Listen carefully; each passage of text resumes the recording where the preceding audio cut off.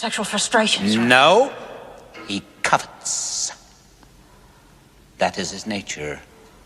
And how do we begin to covet, Clarice? Do we seek out things to covet? Make an effort to answer now. No. We just...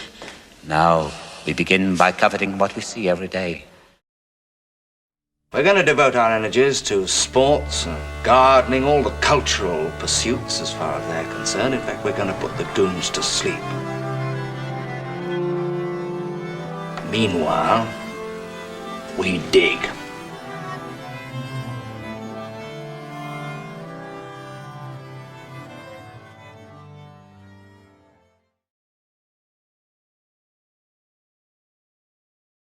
Greetings and welcome to the Anadromous. My name is Burn Power, and it's been a while since I've done one of these. I decided to give myself a couple of weeks off just to let the gears kind of re-engage in a different sort of way. Not that I don't have lots of ideas, I do.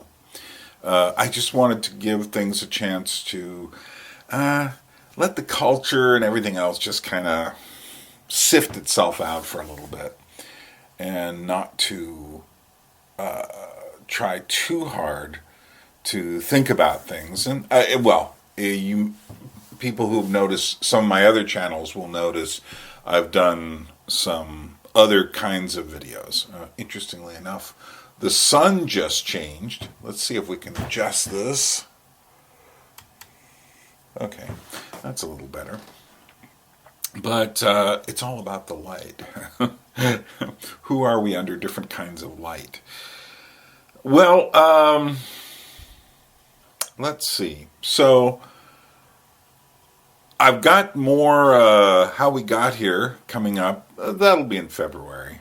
I really wanted time to think about those things. But let's do something different today. I decided what I would do is, rather than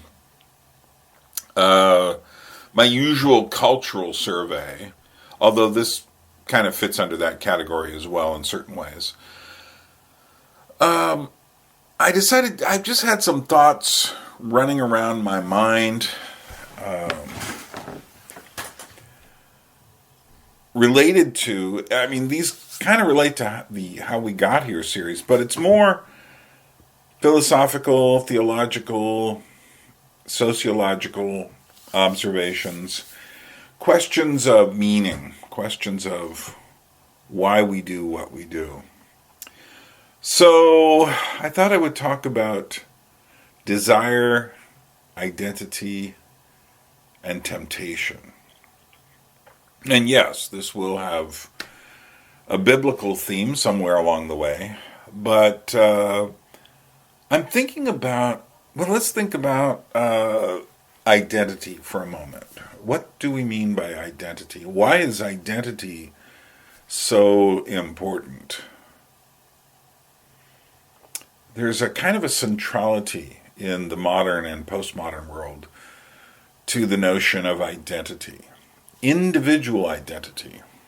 We are much more concerned about who we are as individuals than we are in, say, any sort of collective identity. Although there are people within certain cultures who have more of a sense of collective identity. But in the Western world, and all of those being affected by it, there's that sense that what matters most of all is your individual identity. And anything that gets in the way of that, that's the new definition of evil. So you'll often hear this word stretched out into the word identities, which doesn't mean, to my mother, I'm her son. To my friends, I'm a friend. To my colleagues at work, I'm a fellow worker. No, that's not what we mean when people say identities now. When people say identities now, they're talking about, there's those identities of oppression. What is the color of my skin? What is my gender identity? What is Am I handicapped? These kinds of things form people's identities now. And anyone who gets in the way is supposed to be invalidating someone's identity, which, like I say, that's pretty close for many people to their notion of evil. Anything that would invalidate someone's identity, unless that person who is a part of a certain class of people, say white male European stock, something like that, or white female European stock, or any sort of rich folks, or anyone with a better education. In other words, anyone who's got something that someone else doesn't have, then invalidating those identities is fine. Sorry about the light. It keeps changing here. But, hey, like I say, keeps life interesting. What's funny to me is how many of our new identities revolve around the notion of desire. What we desire. What we reach out for. What we seek. And I've been thinking about this for a long time, because I've noticed that for many people, what they desire and how they define it is the most important thing about who they are. In other words, their identity. They connect their desires with their identity as a one-on-one type of thing, which can't possibly be true. And nevertheless, that is the world we live in now. So, obviously, as soon as you hear desire, a lot of people think of sexual desires. So, if I desire a certain kind of person, that tells me who I am. But then there are personal desires, my desire to be happy, my desire for a certain kind of job, my desire to go traveling. Financial desires, of course. My desire to acquire more. My desire to have more security. Material desires.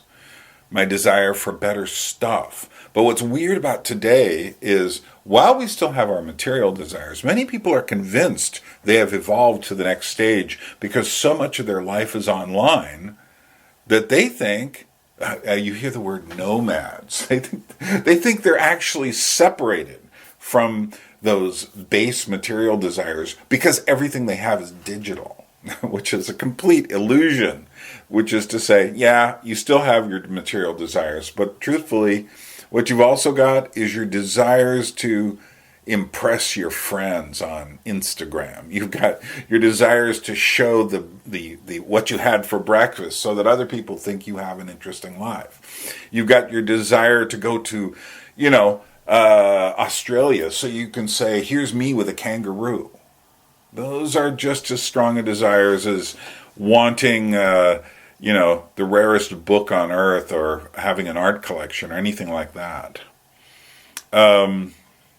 Basically what's happened over the years, and you really see this starting in the late 1950s in America, and it eventually spreads throughout the entire world, is this idea that what matters is following your heart. It's put in a lot of different ways. It could be considered doing your own thing. Don't dream it, be it, from the Rocky Horror Picture Show. Live for yourself. To thine own self be true, which is really ironic because the character Polonius that Shakespeare has saying that line is the most false character imaginable. The guy is just like a total hypocrite. And yet, we say to ourselves, yes, to thine own self be true, like it was some sort of mantra. Well, can you be true to yourself? That's the problem. And of course, every Disney princess from the last 30 years, starting with The Little Mermaid, has had this thing of, following your heart and such, as if following your heart get you to where you want to go. As if the heart has no problems. People will say the heart wants what the heart wants. Like this resolves some major issue in life. It don't. Interestingly enough, and I know I'm a Christian. I know many Christians who think these exact same things. As if they've never read the verse in Jeremiah 17:9 that says, "The heart is more deceitful than all else and desperately sick. Who can understand it?" I guess you're not supposed to follow that hard. The heart is more deceitful. The heart is deceitful above all things, it says, I think, in the King James Version. What does that mean, that deceitful? Actually, what it means is like twisted and torturous. If you understand yourself at all, you know that's true. If you don't, what I just said to you is kind of like, oh, that's really negative. But truthfully, we are all a bundle of contradictory desires. People will often say, well, everyone wants the human race to survive, which is why we smoke and drink and sleep with other people's wives and start wars and hate people on the other side of the political fence. It's because we all want the human race to survive. We all want our species to survive. I love species talk because it's like people are just saying we're just animals.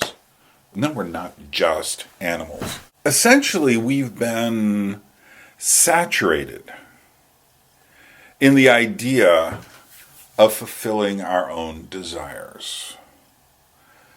There's just endless songs, endless movies, comic books, advertisement that tells us you have to follow your own desire.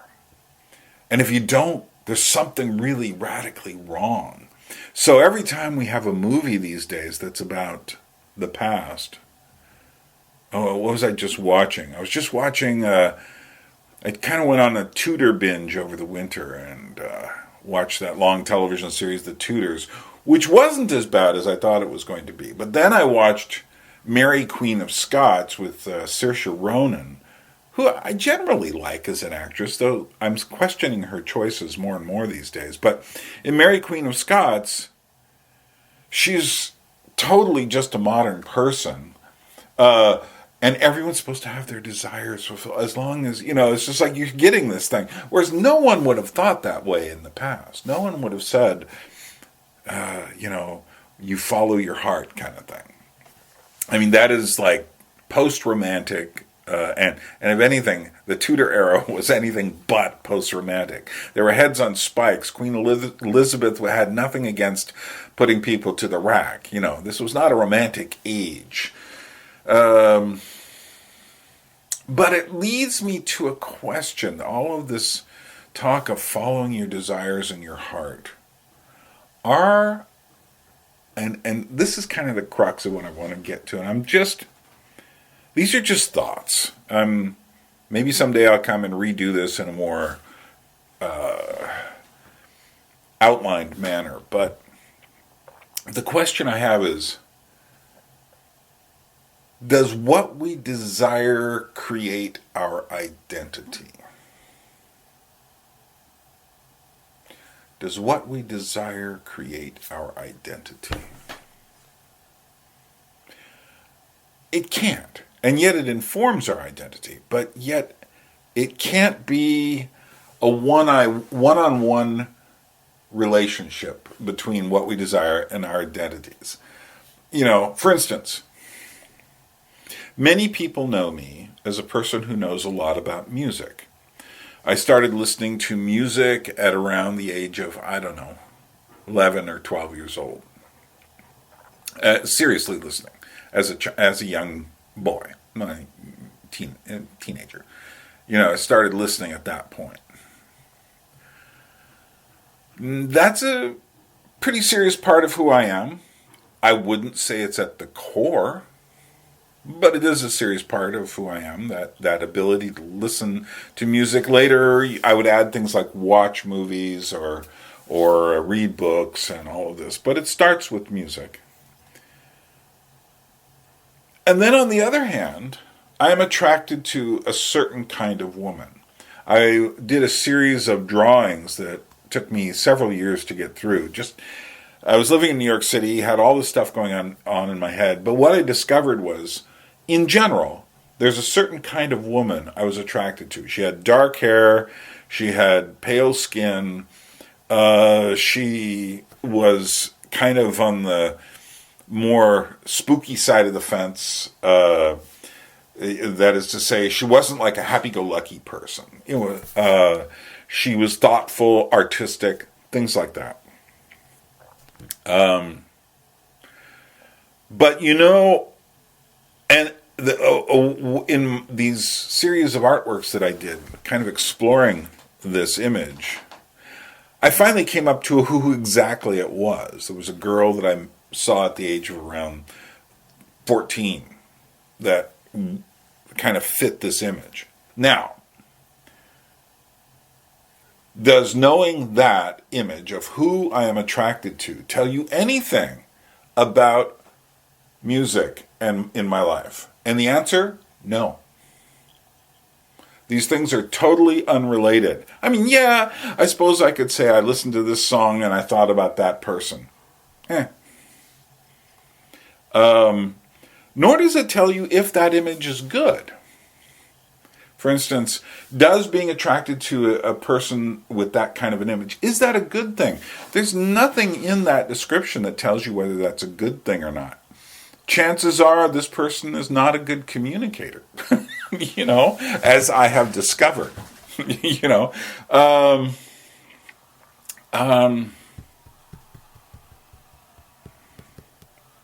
So I wouldn't say our identity is connected to who we have a sexual attraction to. And a lot of people say, hey, wait a minute, what about homosexuality? And what about, our gender identities and all of this stuff? To which my thought is, do you have any idea how recent the concept of homosexuality is? I mean, yeah, back in the Greek age, men slept with men, or even boys. But no, they didn't consider themselves to be homosexual. What does that mean? Well, exactly. What does that mean? Our notions of exclusively male or exclusively female relationships creating your identity is probably less than 150 years old. What are you going to do with that? I mean, you can go look in the past and see if you find it, but good luck. It's not going to come out that way. I think it was Gore Vidal, who basically, he was very gay, but he was like, nah, I don't see it working that way. He thought there was something else at work inside of him, and that a person could be anything. And in fact, it was Allen Ginsberg, who was not only gay, but had a predilection for, shall we say, a more Greek view of sexuality, who had a song called Everyone's a Little Homosexual. Now, I don't think he was meaning everyone's like a 12-inch tall pianist, to refer to an old joke. But no, that there was something inside of everyone that could become gay. Which kind of throws all the arguments off, if you know what I mean. We live in a time when we have this determinism about sexuality. And so, for instance, if a person finds themselves attracted to someone they weren't expecting to be attracted to, then suddenly they suddenly say, oh, this is who I am. But that's kind of weird. Maybe it's not who you are.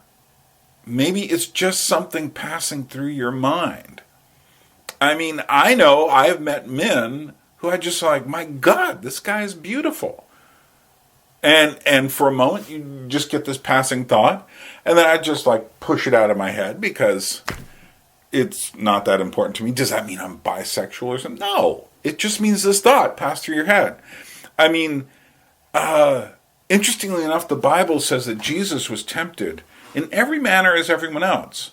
I am sure he saw beautiful men. Not only that, I'm sure he saw beautiful children.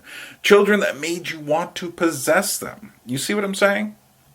I mean, there was actually a movie called Chicken Hawk that came out several years ago. You cannot find this movie. It was about those who, shall we say, had predilections for those who were underage. And it tried to treat these people as human beings. And one of the strange things is, these people wanted to march in the Pride Parade. And there were all these other people who were completely gay, who were like, they were LGBT, who didn't want them in there. And there's a part in there where they are arguing. They said, but I was born this way.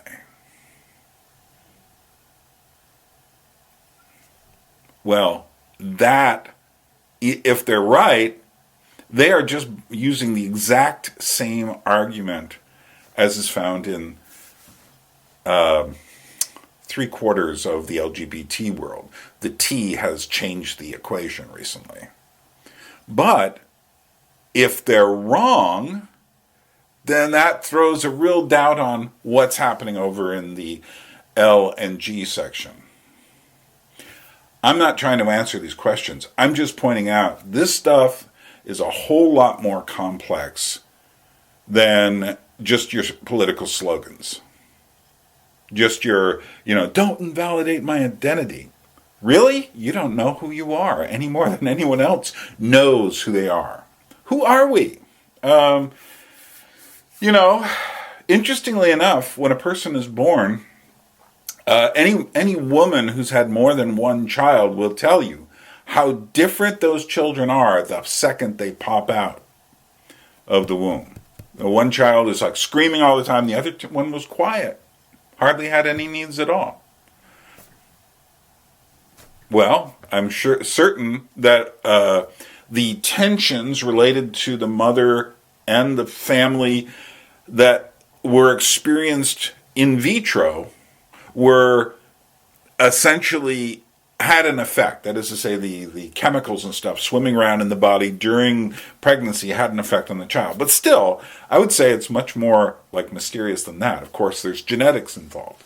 So, and I would say that those people who popped out, that's who we are. We remain that person. However, then all of life happens. And as all of life happens, much more goes on than simply being born any specific way.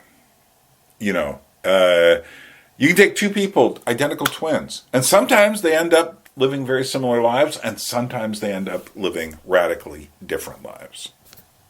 What are you going to do about that? So, to me, we come back to this question, and it's almost like thrust upon us. We see now in popular culture the almost sanctity of desire. If you desire something, no one can question you. This can't be right. And we have to ask some serious questions about where our desires come from. And I think they start off not as something genetic. I would say, for instance, we're all born with a sexual desire. But to say I knew this one guy who was he's very white, New Jersey guy, and the only women he would date were either black or Asian. Now, I am pretty sure he wasn't born that way, but I'm also pretty sure he was highly fixated that way. And so that these images played upon him. Where did those images come from? I like the way this light is going in and out. So sometimes I'm going to look like kind of washed out, and other times I'm going to look like I'm in the dark. It's like clouds going overhead. But like I say, I'm just going to leave it as is. It's images. Where did he get this idea? Well, I would say somehow in his young life, women who looked kind of like him were really bothersome. Well, I knew him well enough to know that that was the case. And women who didn't look like him were much more alluring. There's a lot of psychology involved. There's a lot of psychology involved in everything that humans do. It's not, like I say, it's not simply that you are X. You are predetermined to be a certain thing. Oh, no, no, no. Life is extremely messy and complicated. And we are given choices every day of the week. So, our desires start as images. And those desires lead to actions. So, every action we do starts as an image first. We look at other people and we imitate them, which is an image. For instance, no one just hits someone else. No one murders someone without having thought about it first. And by thinking, you imagine the thing. I remember this one guy in New York City got me so mad. I used to work with him in a record store that I could just imagine myself pushing my hand through his guts and pulling a record out from behind him through his guts. It was just a weird image. Now, of course, that was just a temptation, which we will come to. But I never acted upon that. Nevertheless, it was something that's how it starts. You see, it starts with just a picture inside your brain. And you have a certain relationship to that picture. And maybe you feed on it more. We'll come to that. Interestingly enough, Jesus has a few words about the difference between what you think and what you do. And he talks about this in the Sermon on the Mount in Matthew chapter 5, verse 27. He starts off by saying, "You have heard it said by them in the old times that thou shalt not commit adultery. But I say unto you, whoever looketh upon a woman," I'm reading the King James Version, which I like, "looketh upon a woman to lust after her, hath committed adultery with her already in his heart." Let me finish this off, though. If thy right eye offend thee, pluck it out, and cast it from thee. For it is profitable for thee that one of thy members should perish, and not thy whole body should be cast into hell. And if thy right hand offend thee, cut it off, and cast it from thee. For it is profitable that one of thy members should perish, and not thy whole body should be cast into hell. That's Jesus. Pretty tough words. Can anyone live up to that? Is Jesus saying, pull out your eye and cut off your hand? And was that the only member he was talking about? Do you see what I'm saying? I don't think he was saying cut off your hand. Although, maybe in extreme cases, George MacDonald in his great fantasy book, Lilith, has one of the characters, they can't die the sleep of death to be reborn and to be saved without cutting their hand off. And this woman has to cut her hand off, which is a pretty intense scene. But there are a few things in here that are very interesting. And this is one of those things Jesus, now, the Bible says thou shalt not commit adultery. What is adultery? Adultery is to sleep or covet, to sleep with the wife or the husband of another person. In other words, it is to cheat on someone. It's not simply premarital sex or something like that. It is a very specific kind of a thing. And in fact, it was even more specific than that, but I'm not going to go into all the biblical stuff. But he says, whoever looks on a woman to lust after her has already done it. Now, what he's not saying is, so therefore, you might as well just go ahead and complete the act. Oh, no. What he is saying is, and you can control it. That's what he's saying. He's not saying, and I've heard people say, interpret it this way, that you're already committing adultery, so you might as well go ahead and finish the job. You might as well just go ahead. I mean, you've done it in your heart. But what Jesus is saying is, if thy right eye offend thee, pluck it out. He's saying, you had better stop this. And you'd better find a way to stop this. How many dramas, fictions, tales have been done where there's just a brutal husband, a bad husband, and the wife is suffering, and so she finds someone else, Madame Bovary. She finds someone else, and she sleeps with that person. And of course, most of these depictions say something to the effect of, well, what could you expect? It was a bad situation. Well, it was a bad situation. So then the darkness comes. This lighting, I have never experienced lighting this weird making a video before. You'll just have to live with it. It does create images, though, doesn't it? We live in the darkness and then in the light. So, no, I don't think Jesus is saying get a sword out, pluck your eye out or anything like that. And there have been people who have taken him literally as if that's what he was saying. But no, he's talking about what's inside of you. And in clothes. He's talking about what is happening in your heart.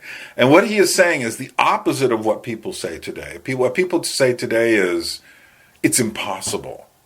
I mean, I've met so many couples who have gotten divorced, and I can't find a reason why. That is to say, we didn't share the same goals. What does that mean? Things weren't the way we wanted. We argued sometimes, and I'm sitting there saying, what does that mean? You see? Well, we live in a time where if anything is inconvenient and gets in the way of one's personal desires, which is one's identity, then that has to be cut out. And this, to me, is the insanity of where we live now. So in other words, we now think that what we desire, for instance, if we get an image in our head, that's who we are. Our desires create our identity. So if a person gets aroused by someone that, oops, I've gotten aroused by this man. Oops, I've gotten aroused by this married woman. Oops, I've gotten aroused by someone underage. Oops, oops, oops. Who are we? Are we those things? Or can we say, no, not today. No, I'm not going to do it. And Jesus is saying you have to. Now, you can disagree with that, but you can take it up with him. I'm just telling you what Jesus said.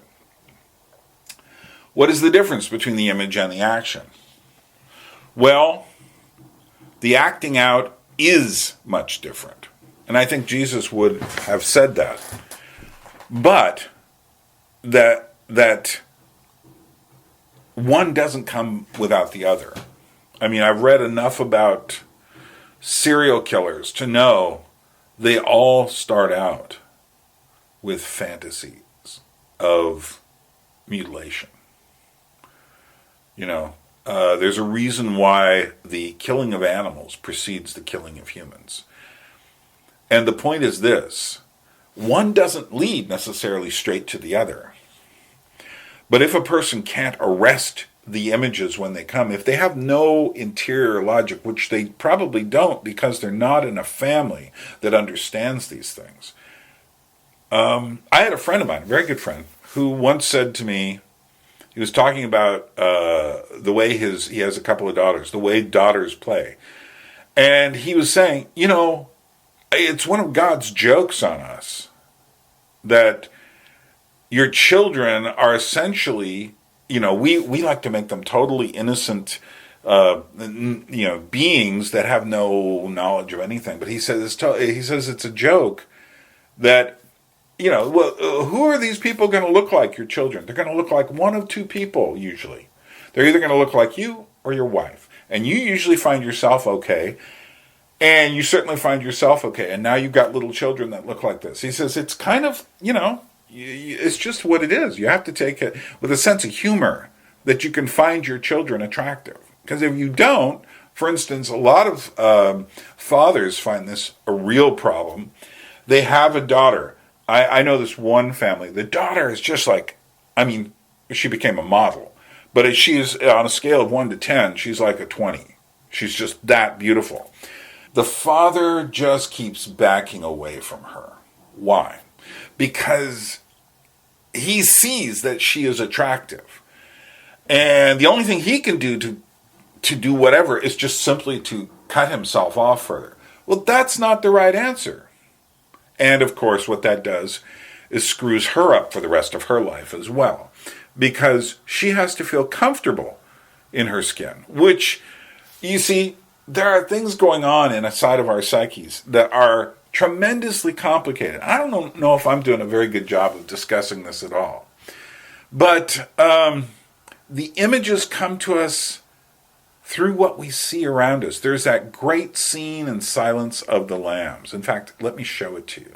Listen to these words by Anthony Hopkins doing Hannibal Lecter is one of the great performances in history. But listen to the way he discusses the other serial killer, Buffalo Bill. Read Marcus Aurelius. Of each particular thing, ask, what is it in itself? What is its nature? What does he do, this man you seek? He kills women.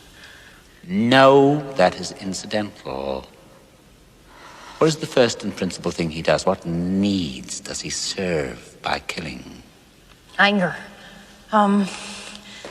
Social acceptance and sexual frustrations. No, he covets.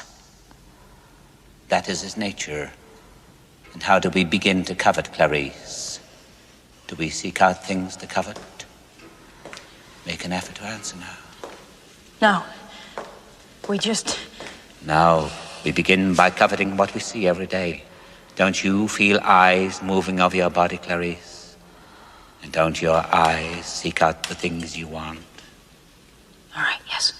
Now, please tell me how. No. To me, that is brilliant. Because what he is saying is, you covet, or covet could be called wrongly desire, because there is a right desire, which we'll mention at the end. But you covet what you want based on what's around you. And this is really fascinating. There is a BuzzFeed article, which I'll try to put up here if I can remember to find it again. But a BuzzFeed article where people talk about the movies or television shows they saw that kind of gave them these weird, well, not weird in their eyes, but the idea that they were bi or gay or whatever. And I'm sitting there going like, and if they had never run across these images?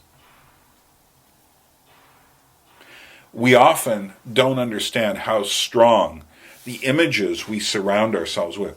The media are, particularly the motion picture, the filmic, televised image of the human being, is so good at implanting desire inside of us. I mean, that we don't understand what we're looking at. Most people are terrible, particularly as we're growing up, at understanding it. But we all kind of know what's happening to us. We know that there are images we see that get inside of our brains. And images that are created specifically to do that and to make a point. Well, what if these people had never seen those images? And I know a family who had a young boy who eventually came out as trans to his mother. It was just a single mother.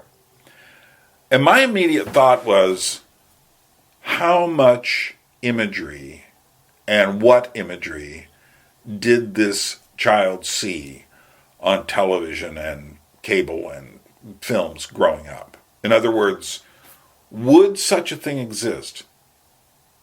Would we be seeing the trans movement right now? And I really think it is a movement and not just individuals suddenly saying, this is who I am. That is to say, yes, it's very serious for them. And maybe what I'm saying right now is, politically incorrect. To which I would say, okay, it is. But I'm asking you to question whether this is not being brought on by other sources from outside of you. Particularly as those sources now, I remember there was a woman in Alaska and they'd shown the Rocky Horror Picture Show. And they showed it in Alaska like in the early 90s in the small town I lived in. And she said to me, well, there was nothing wrong with showing it. It's not like it wasn't promoting homosexuality, she said to me. And I'm sitting there going like, really? Did you watch that film? Don't Dream It, Be It? What do you think that was about? I mean, that film is all about confusing the lines of what we desire. And the point is to bring our desires into reality. But what about a person who has certain sexual desires, any kind, and never acts upon them? Celibacy. Oh, there's a sin for us today, to not act upon our desires. It used to be that people would say, oh, you slept with someone else? When you were in high school or something, you had sex. Ooh. Now it's kind of like, ooh, you're a virgin? Although I think we're coming out of that mode. I think that was like 80s through the aughts. And I think where we are now, as the light glows again, is that we are in a different zone entirely. We are in a zone where people are starting to question again. Part of it is because they're living virtually. And then there's all the porn. Don't get me started there. What does that mean? Those images being put into our heads. Really complex. So, what about a person who never acts on their homosexual impulses? What about a person who never acts upon their desire for a child? And I'm not equating all these things. I'm just simply saying, what are all these things called? In the past, we had a word for all of this, and that was temptation.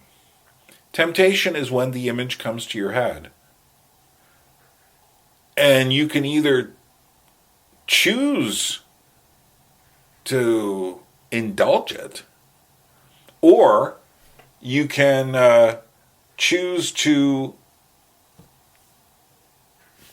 blow it away, he says, in the dark. This is so weird. Oh, come on, son. What are you doing? But what is temptation? How does it relate to desire? Temptation is the image, in a sense. It's the thing that just comes to your head. It's this blam. Now, the point is this. You can't be tempted by what you don't see. To go back to the Silence of the Lamb. What do we covet? We covet the things we see. And if you never see them, you can't ever covet them. It's just that simple. So that's, to me, it's really amazing when I see people who get involved in, it's just like this weird light game I'm playing. When I see people who get involved with BDSM, the sadomasochistic world, and, bondage and discipline and all that, it's interesting to me that I would say 95% of the time, they all use the exact same imagery as each other. The whips and chains and tying people up and, certain kinds of positions and all of this, which is interesting. In other words, had they not seen those images, because that's where they're all seeing the images. It's all the same bank of images they're drawing from. Had they not seen those images, would they be involved with BDSM? And here's another thing. Once the internet became a thing, new fetishes started to spread. New sexual fetishes. Why? Because suddenly there are people who like to drown each other. Well, it's like, and suddenly this thing became a thing. Aquaphiles. And, it's just like weird. Why? It's because someone said, ooh, here's my fetish, show me yours. Or here, ooh, there was a person over here and a person over there. But after a while, someone else comes upon these images. And so we are really affected by images and what they do to us. Now, I've actually got a whole lecture I do on the nature of images. And the quality of it is not very good. So it's one of those things you get if you become, not just a subscriber, but if you contribute money. I've got about 10 hours worth of material, and the image lectures are part of that. And I go into more depth on these things. But interesting, Oscar Wilde has a quote that's often used at this point, where he says, the only way to get rid of a temptation is to yield to it. Resist it, and your soul grows sick with longing for the things it has forbidden to itself, with desire for what its monstrous laws have made monstrous and unlawful. And there's a truth there that he's acknowledging, and that is that the more you forbid something, or even the thought of something, the more you're attracted to it. But here's the interesting thing about that quote. It's from the Picture of Dorian Gray, which I read earlier last year.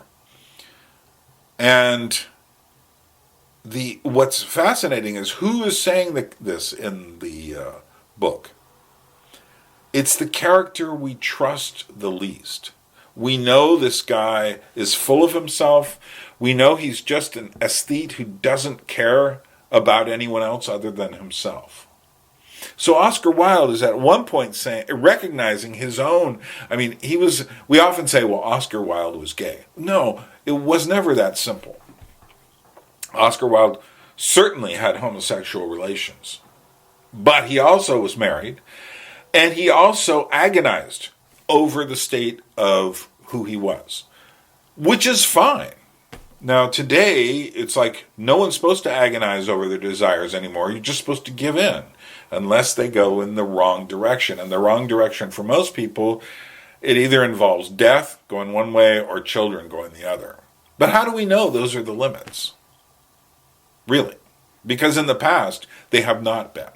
In the Greek culture, no one had the children prohibition.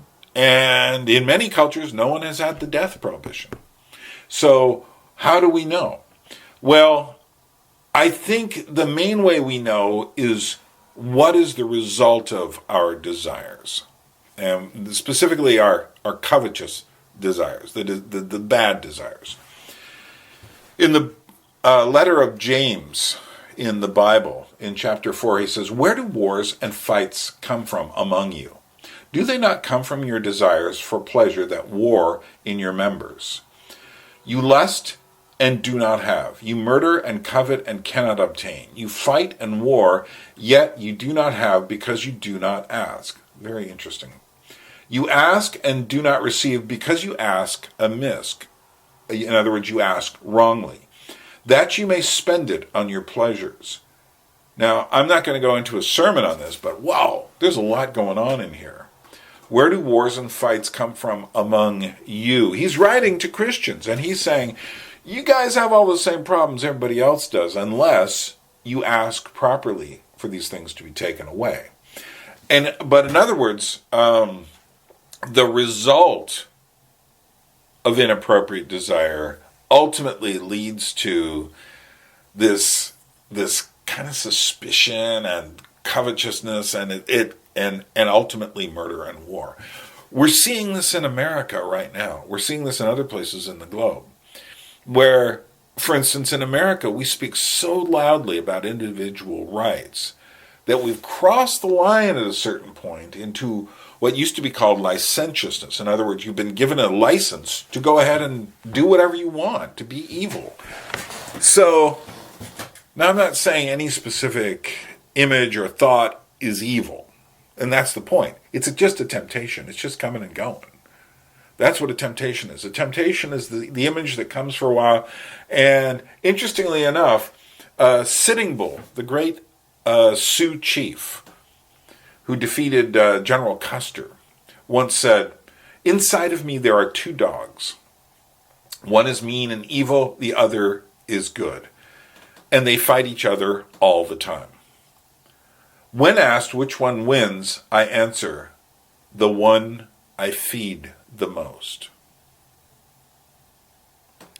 That, to me, tells me about the nature of temptation. And here's the point, is that we can actually become what we desire. That's not a good thing. That's a terrible thing. You know, in a sense, we become what we want to be. What most of us want to do, when you start stripping away all the artifice around it and strip away all of the things we put in its place to hide from ourselves, what most of us want is to be left alone, to do whatever we want, to have everything we want when we want it, to have no inconvenience, to have people treat us exactly the way we wish to be treated. And in the end, you are left alone with that, because that is complete isolation. Because we have to live in the world with other people.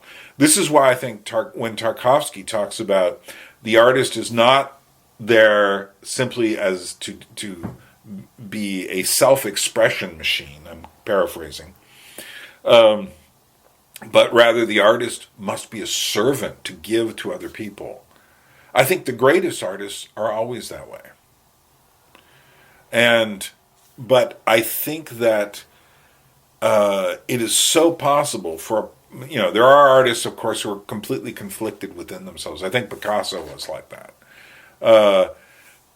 Bach is on one end, Picasso on the other. Picasso is the artist who is always almost obsessively drawing and such, and you see him trying to get to know other people, but his desires for women, for instance, constantly, it's like his desires for women and his desires to screw up their lives, At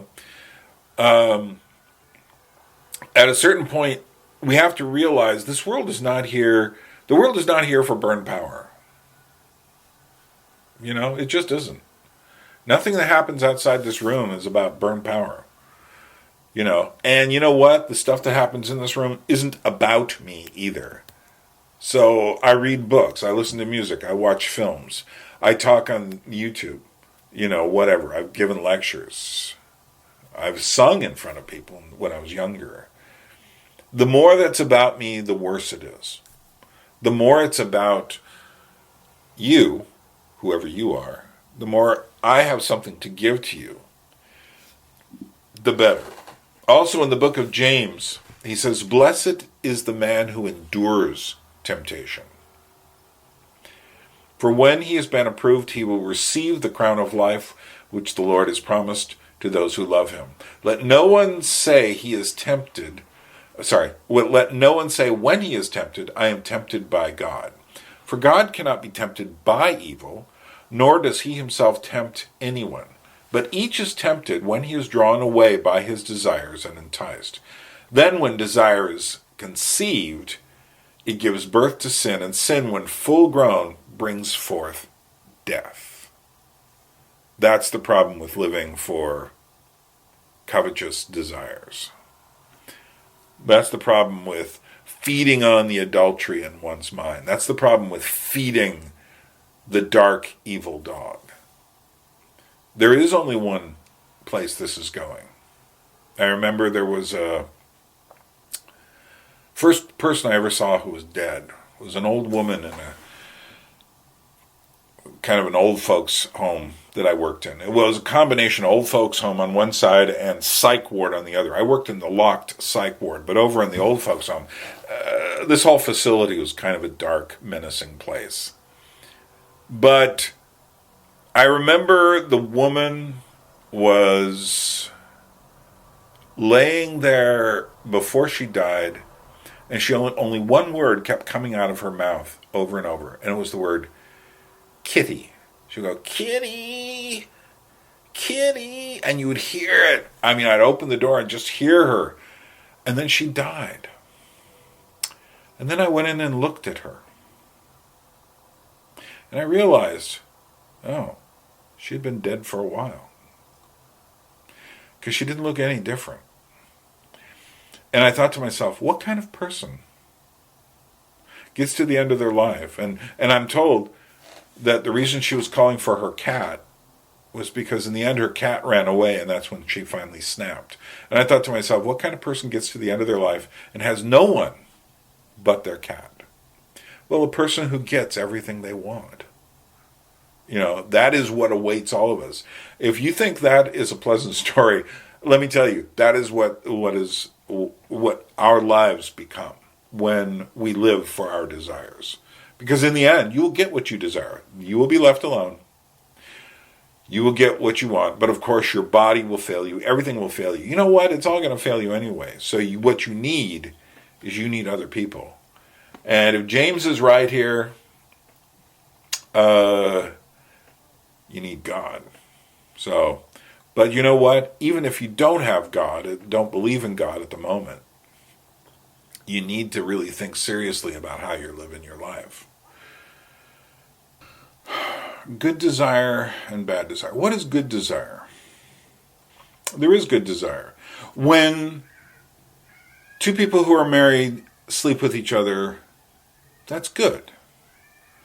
And it's good that he even desires his wife, she desires her husband sexually. That's a good thing. There's nothing wrong with that kind of desire. My desire to learn more is good.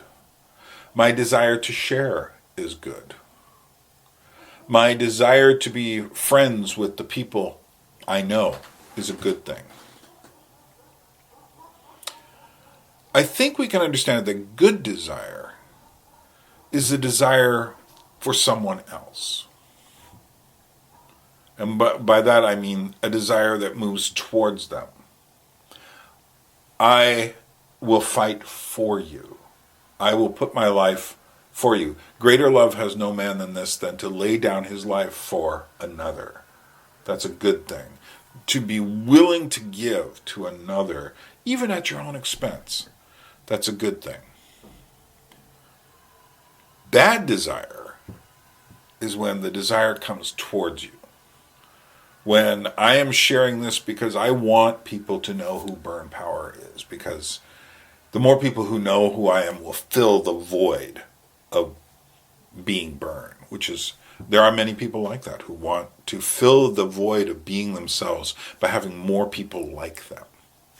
Of course, some of those people become very famous, and then they discover, oh, that was a nightmare. Because now so many people in the world know who I am, and how dark that is. I mean, in a way, I am really glad of all the people who say to me, Burn, your channel should have so many more followers. But you know, let's enjoy this. Because right now I can communicate better with, it's getting closer to 1,000, people. And I can have individual exchanges with people. I can listen to people. If I have 10,000 followers, that's going to be a lot more difficult. If I had 100,000, it's almost impossible. And so I have to find other ways to communicate at that point, while still giving something. But the point is this. Good desire moves towards others. Not to push yourself on others, because that's bringing it towards you again. In other words, like the person who gets obsessed with a movie star and says, oh, I just want him to love me. Well, that's bad desire. It's bringing it back towards you. If only you could see me for who I am. And I've had those desires. We all have. If only people would understand us better.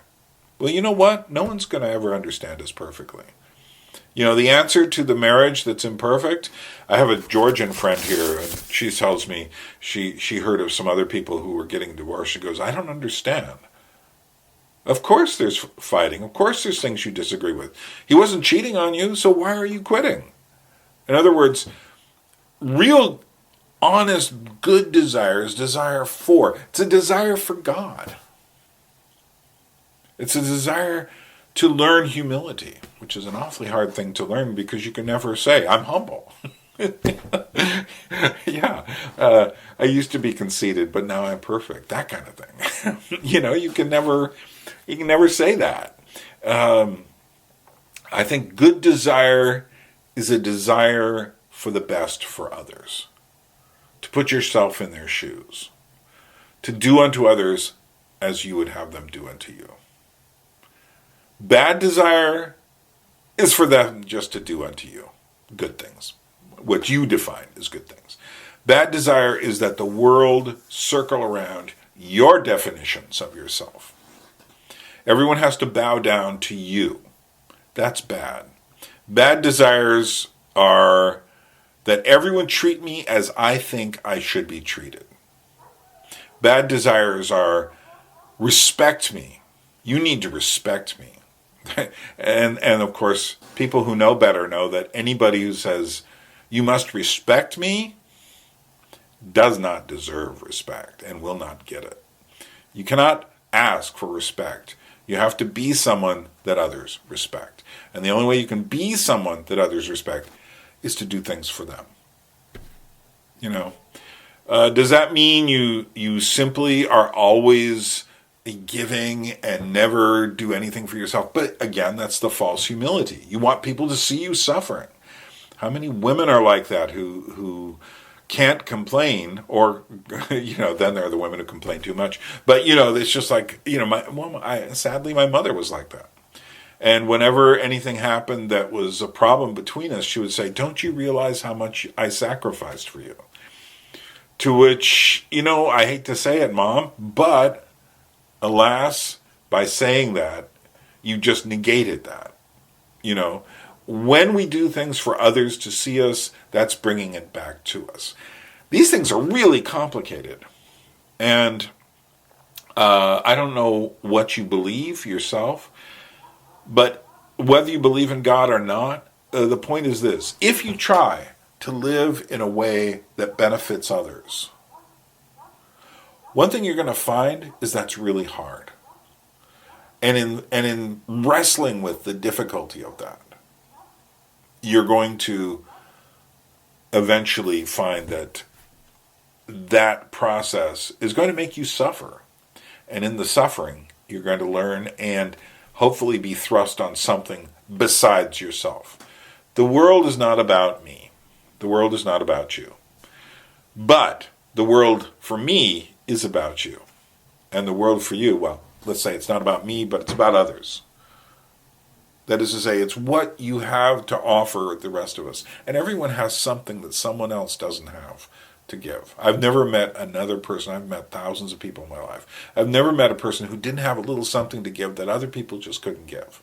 So, as it gets darker and darker, now that the sun has decided to disappear, and I'm not going to change the light, I should just let it get dark and fade away. In fact, that is what I'm going to do. That's how I'm going to end this.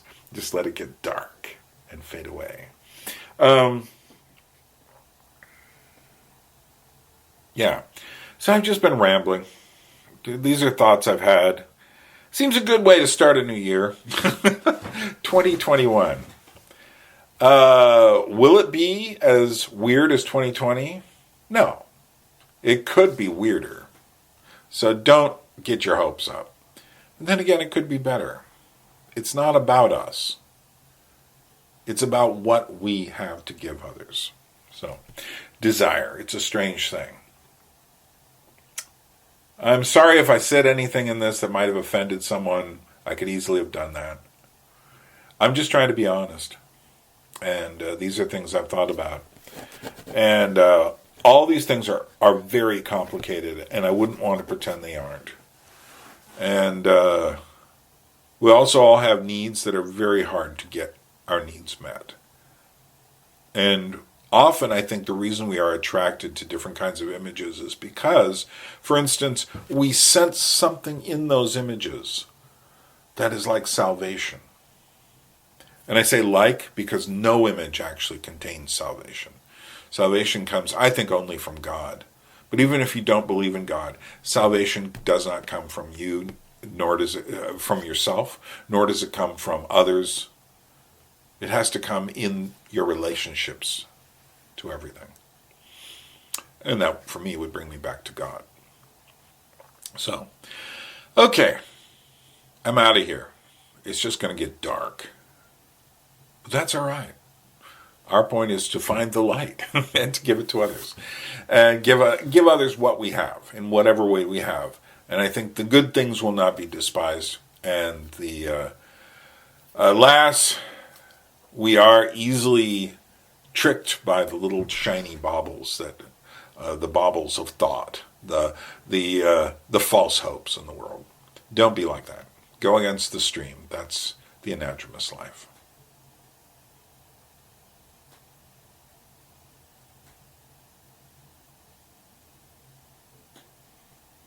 Just so dark.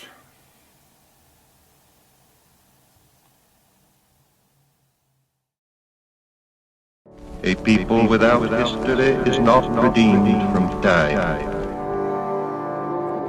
For history is a pattern of timeless moments.